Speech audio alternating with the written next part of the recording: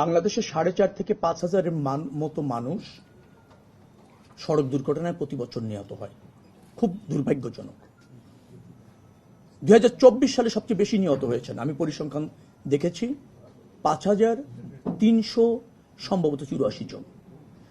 তারপরের সংখ্যাটা হচ্ছে 2021 সালে 5,082 জন। অর্থাৎ আমি বলছি যে 5,000-এর কাছাকাছি মানুষ সড়ক দুর্ঘটনায় নিহত হয়। গতবার আমাদের কাছে যেটা তথ্য আছে, 170 জন সড়ক দুর্ঘটনায় 11 দিনে নিহত হয়েছিল। ঈদ যাত্রার আগে পরের কথা বলছি। দুটি বড় দুর্ঘটনা ঘটেছিল, একটা আপনারা জানেন 26 জন আরিচাতে যেটা ঘটলো, আর একটা 12 জন ট্রাকের সাথে আমাদের একটা বাসকে ট্রেন করে দেয়, হ্যাঁ, কুমিল্লাতে। এই দুটি বড় ঘটনা ছিল, আর বাকি 170 জন টোটাল মারা যায় বাংলাদেশের সড়ক দুর্ঘটনায়।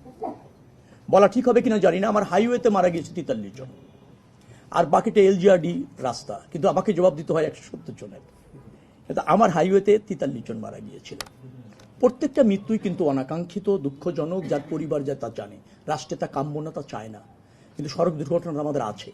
হ্যাঁ, আমরা এর বাইরে আসতে পারিনি, কারণ আমাদের হাইওয়েতে যেভাবে কাভার করা উচিত ছিল, পৃথিবীর বড় বড় হাইওয়ে দেখবেন যে সেখানে এন্ট্রান্স থাকে না নির্দিষ্ট জায়গায় ছাড়া।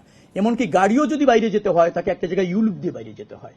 আর আমাদের হাইওয়েগুলি আপনার ব্যাটারি চালিত ভেহিকেল চলছে। তারপর ছোট ছোট রাস্তায় এসে হাইওয়ে যখন মিশছে, সেখানে সে লেফট লেনে থাকছে না, সে এসে 90 ডিগ্রিতে মিশে যাচ্ছে। এরকম একটা দুর্ঘটনা কিন্তু কুমিল্লায় ঘটেছে। এক পরিবারে মানে 3 জন মারা গিয়েছিল, 5 জন মারা গিয়েছিল। তো এই প্রবলেমগুলি আমরা বিশ্ব ব্যাংকের অধীনে, আমরা বাংলাদেশ সড়ক নিরাপত্তার আইনে এনে কর্মসূচির অধীনে এই হাইওয়েতে যে সমস্ত রাস্তাগুলি যুক্ত করা হয়েছে, সেগুলি লেফট লেনে নেওয়ার একটা কর্মসূচি এবং পরিকল্পনা নিয়ে আমরা কিছু নিয়েছি, আপনার যেটাকে বলা হয় কার্য হাতে নিয়েছি।